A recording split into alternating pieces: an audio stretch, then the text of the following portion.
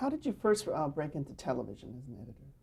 Uh, when I was with Colley and Ida, with filmmakers, renting from Republic, uh, after the first show, after The Bigamist, they said, Stan, we want you to stay with us you're part of the company. I said, it's great, Colley, but I'm not going to stay with you and be out of work for 3 or 4 months till the next show starts. So Colley says, well, let me see what I can do.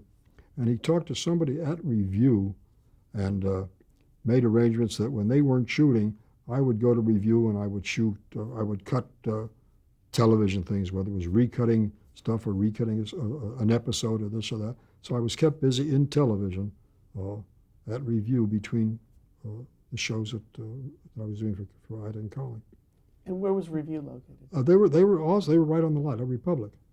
That's the reason that the closeness, and it was just same cutting room. I'd just bring other film in, and I'd stay busy and come back when the show was ready to start. So they were just renting the facilities as well? Yeah, they're just renting, as Review was. Review was just renting it too. Mm-hmm. So it's not like they had a different setup. It was the same one. Oh yeah, it was the same setup and everything else. It didn't move. And did filmmakers? Did you ultimately leave filmmakers because they folded? Yeah, they folded, and that was it. And I think at that time, if my memory is correct, a friend of mine, Walter Hanneman, was on TV Reader's Digest, and he called me up and said, Stan, hey, why don't you come on over and get into television? I need some help. So great, a job's a job. So I went over there, and what I didn't know is that Walt wanted out. And I did a few shows with him, and Walt decided to leave, and I was left doing TV Reader's Digest. What was TV Reader's Digest? It was an anthology. It was supposedly stories taken from the magazine, except Chester Erskine cheated a little, and he would put stories in Reader's Digest, and we would take those stories and make a television show out of them, half-hour shows. How would he get those stories in? Reader's Digest knew about it. He just put it little squibs or this or that. So it wasn't anything underhanded. It was just a way of saying so you could say this is TV Reader's Digest. Mm-hmm. And who was Chester Erskine? Chester Erskine was the producer. He also did. I'm trying to think what feet. He had done Androcles and the Lion, right before your time. At any rate, that was one of the big features he did. And then he got into television. He did TV, and I don't know what happened to him after that. What were the kinds of things that you remember cutting for that show? Things like Sidney Franklin, the bullfighter. My first bullfight, we did a thing on that. Or we do, just little, I don't even remember, but just little stories. And it was interesting, but we had no lead man or nobody that the viewer could associate with, so it just didn't go. They didn't say, gee, I got to see Ronald Reagan on GE Theater. It was an anthology without a host, mm-hmm. and it just didn't work. So it was a different cast every time? Yeah, different cast every time. And we lasted for 2 years. And it was a half-hour show? Half-hour show, yeah. And what did they shoot on?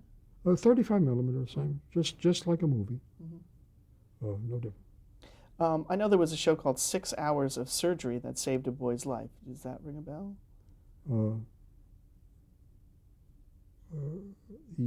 God, vaguely, yeah. Mm-hmm. There was another editor called Harry Coswick. Yeah, Harry came on with me. Harry came on the show with us. Mm-hmm. Harry came on, and then a man by the name of Walter Stern. There were two editors on the show, but Harry Coswick, then Walter Stern came on, and they swapped back and forth. I saw a name as a supervisor, Jason Burney. Is that a name you recognize from? Jason Burney. Yeah, I don't think he was on TV Reader's Digest. I know Jason. I knew Jason well. I don't think he was on TV Reader's Digest. What studio was producing that show? Was that you as well, or no? We rented space. There was no studio. It was completely independent. We rented space at Goldwyn Studios. And it was Chester Erskine's Productions, and that was it. We just rented space at Goldwyn. And what was he like? Chester Erskine? Mm-hmm. Brilliant guy, nervous but brilliant. He was, I think he was one of the only guys that I ever called Mr. Erskine. It was never Chester. It was always Mr. Erskine. But we would run dailies, and sharp guy, I know one of his famous things, he'd sit next to me and say, Stan, make an actor out of him. What it meant is an actor is taking long spaces between his lines and stretching it out. This meant cut him short, cut him off. And I'd run my first cut with in the projection with Mr. Erskine, and we'd then go into his office, and I'd have how much I was over or under, and we'd sit down, and he'd say, well, let's see, we're over so much, if we do this, and we'd estimate the footage right there. He wouldn't bother going in the cutting room seat again or anything, and we'd sit down, and that would be our next cut, and it was up to me to get it like polished for the second cut, and which I did, and he ran it. It was fine, but it was just a really different way of doing it, which I found out later that most people don't do. I remember he loved editors. Chester really, really loved editors. The director was supposed to have his director's cut before the producer had his cut, but he didn't allow that. He had his cut first, and that was it. And then the director had his director's cut. And I remember one director complained to Erskine that, oh, what a miserable cut. Oh, they ruined my show. They ruined it. This was after Erskine had polished it up with me. We'll get rid of that editor. And she said, look, before you say another thing or work for me again, you get into the cutting room, stand over Stan Tischler's head, and see how to direct the show. And that was it. Never directed a show for him again. Now, during this period, there was the Hollywood blacklist. Yeah. And were you aware that it was going on, and did it affect editors? No, I was definitely aware that it was going on, and I don't think any editors were affected. Not that I knew of. I knew that the blacklist. I knew the whole miserable thing, but I don't think any editors were really affected by it. And how did you see it affecting other people? I saw a lot of talent being flushed down the toilet. There were just guys that couldn't get work. Writers were writing under assumed names, and there were ways they were getting around it. But an actor was an actor. I mean, he was blacklisted. Said he was blacklisted. Why don't you think editors were affected, or why don't? I don't think it went that far down the line. I think if there were editors that were involved, I don't think the commission would have wanted to bother with an editor. If you're going for publicity, nobody cares what an editor does, an actor, writers. And so what did you do when TV Reader's Digest ended? I am not sure. I think I went back to review. I was called back to review to do Bachelor Father. What was Bachelor Father? With John Forsythe was an attorney, and Harry Ackerman was a producer. They called me to do it. It's a comedy show with the laugh track, and I did about a year and a half on that. I also did a couple Leave It to Beavers at that time. It was the same production company. Spare time, you go in and do a show type thing. What was a typical Bachelor Father? John Forsythe was a bachelor attorney, Beverly Hills bachelor attorney. He had a niece from I guess his sister who had passed away, and there was a Chinese houseman. And it was just troubles that you get into when you're a bachelor with a niece and a Chinese houseman, who always settle things up when you got messed up.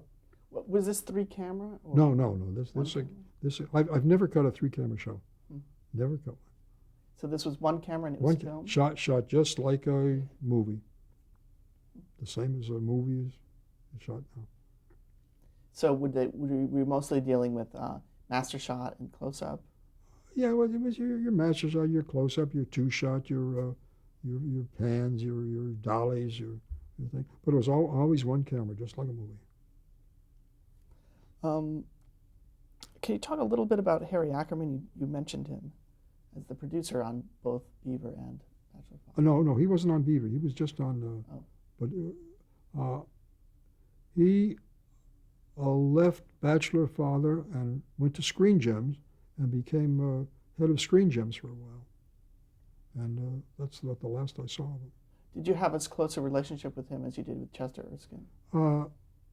Yeah, I think I did. Yeah, different type of relationship. He was a different man. How was he different? He was Chester Erskine was a picture maker. Harry was just a gentleman at all times. He was never dressed immaculately, always the clothes fit. But Harry was just a different type of man. And what did you have to know about editing a sitcom? Was it different than the other work you'd been doing? I think a sitcom.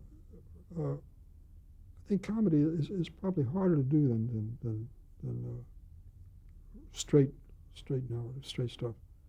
Don't think you have to know anything more. I think you just have to have the feel for it. There's a mixture between being objective and subjective when you're putting something together, and you've got to feel what is good and what your viewer would like, and what is in a comedy, what is funny and what is not funny, and how to tempo it, and how to cut it so that if it's a boom boom boom, you're building up to the, and it's a wonderful way to cut. A wonderful way to. Now the laugh track existed even then.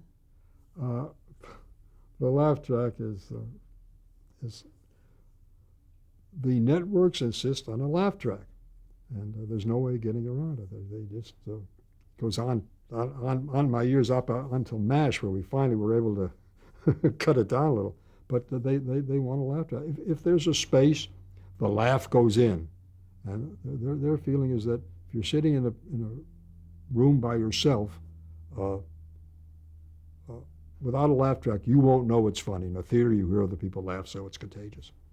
I assume that's what it is, but it gets out of hand sometimes. What were the other kinds of things you were doing at Review? I did some Wells Fargos and some wagon trains, and gosh, I can't remember any other particular one. I know that Wagon Train had a lot of guest stars. Do you remember seeing any famous faces? I remember Ward Bond was the wagon master, but the guest stars I don't remember. And what was different about doing a Western, let's say? Not too much. You get the material, and what you feel is good. You try to put it so the viewer will like it. Did that also have sound challenges, like you had done in the movies with Westerns? Did you have to do additional Foley for that, or well, no? As a film editor, I didn't. As a film editor, when I was through, went to the sound and music department, and they took care of that. I wanted no more to do with that. But I feel that in television and in movies, it's like if I see a play on the stage, my brain does something so that I myself have a close up of somebody talking, even though we're not doing it. But my brain is on him, and I think in movies you do that. You take people's brains and push them into the same with sound. If you're in a room and there's a lot of noise, eventually you get used to that noise, and it's the same in movies. You start out with it and you gradually hold it down and it's there, but you don't keep it pounding, and you don't keep it back in the full shot because your brain doesn't let you. Normally, I'm looking at you now. You're real close, but if you were in a big room, I'd be far away, and then my mind would get me real close. And this, I feel, is part of editing, is to get the viewer or the audience to go where you want them to go. And did you see yourself working with the director and explaining your theories as well to them? No, we never really talked theories.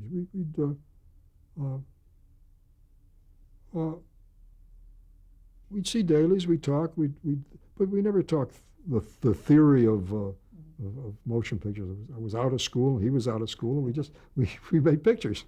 And do you remember working on GE Theater? Any memories from that show? I did a few GE Theaters at Review, and they were again were an anthology with Ronald Reagan was the host, and he always hit his mark and he remembered his lines. Mm-hmm. There were in the 50s. This was the era of the sponsors. Did you ever hear any objections from sponsors where they wanted something cut out that they objected to, or something like that? Trying to think. No, I've never. I think that the writer, producer and writer knew what was acceptable and what wasn't, and they just kept it pretty clean. And you always your show was always your dailies, or not your dailies, but your script was always sent to the network. And if there was the network had their own censor, and if anything was objective, so the cut would happen before they got to you. Before it got to me. Mm-hmm. And what did you do after review?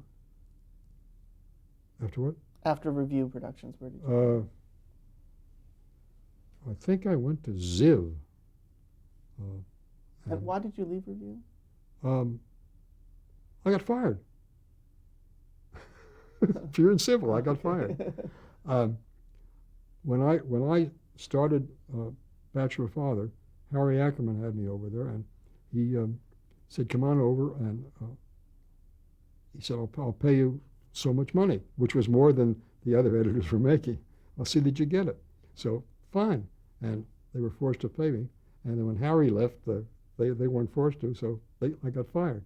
Oh, because you were making more. I was making more, and it was a bad thing for the other editors, or not for the other editors, for the producers. And then you moved on to Ziv Productions. Yeah. And what kind of shows were they doing? What were they known for? Ziv was known for cheap, flashy shows that the audience liked, Sea Hunt, Highway Patrol, all that zoom, zoom, zoom, golly, and that's what it was. It was just a factory. And they appreciated editors. They liked their editors. They paid them well, and it was a good place to work. Would you say it was a better experience than Review? No, I think any experience is good. I think you can't say this is better or this is worse. How were the facilities compared to, say, Review? Fine. You had your cutting room. You had anything you wanted. There was no problem at all. And they liked what you did. What memories do you have about Sea Hunt? That was sort of their flagship. It was underwater chases, and they would. I know Ivan would. We'd have the show was so long. We'd have so many days to shoot it. At the end of the third day, I guess it was 3 days. Boom, that was it. So now you would have to build. If there wasn't enough footage, you had to build up an underwater chase with your stock footage of a narration going on. So I chased him and I this and that, and the bubbles coming up. That's why I said they appreciated editors, because we stretched things and it saved a lot of money. You mentioned the name Ivan. Who's that? Ivan Tors. Mm-hmm. He was the producer of Sea Hunt, Highway Patrol, The Everglades, Man in the Challenge. All of what kind of a producer was he? A sharp guy. He Hungarian, worked the accent well, and knew how to produce a show. And what kind of film was he shot on? This was it was a 35 millimeter, all except the Everglades. That they tried on 35 millimeter color. 16 millimeter color. And why was that? They wanted to go into color. It was cheaper, and they thought they'd try it. And it was fun. Little different to cut, but it's the same thing. And where was Everglades being shot? Florida. And film shipped back here and put together. Now, when you looked at the Everglades, the raw footage, was it interesting or startling to look at? Yeah, the fact that it was color, and it was, we were just going from black and white to color, and it was nice. It was colorful stuff in the and the lead had one of the boats to use in the Everglades with the fan in the back. And it was Sea Hunt on top of the water. How long did you stay at Ziv Productions? I think while I was at Ziv, I was called over to Screen Gems a couple of times to do some pilots for them. I did an Ernie Kovacs pilot. Unfortunately, it never developed because Ernie Kovacs was killed in the middle of shooting it. He ran his car into a telegraph pole on a weekend, and the show was canceled. What was that show? I don't remember the name of it, but it was Ernie Kovacs was a medicine man in the Old West, and he was just a real conniver, and it would have been a good show. So Ernie Kovacs playing Ernie Kovacs. And Buster Keaton. And yeah, Buster Keaton was his Indian, who didn't say a word. As far as Ernie Kovacs was concerned, Buster Keaton was a deaf mute. Except the audience knew he wasn't, because Buster Keaton would turn to the audience and say something, and never let. It was a cute show. It was a cute show. But of course he got killed, and that was it. Did you get to meet Kovacs? Oh yeah, I met him. What was he like? Fine guy, just like you see him, or you saw him on the screen. And when did you get the news that he had been killed? We had 2 more days to shoot, Monday and Tuesday. I was on the golf course. He wrapped his car around the pole on a Saturday night, and I was pulled off the golf course Sunday morning to come and see what we could do, if we had any footage left to do anything at all real fast. So there was a fear that you couldn't. We never did complete it. What we did, we used what we had in narration and this and that. It was like a final show, but never went out as the series was dead. So it was just a one shot. It ended up being one shot. Yeah. Mm-hmm. When you were at Ziv, you talked about there being a footage library. What kind of footage library did they have? At Ziv. Well, stock footage.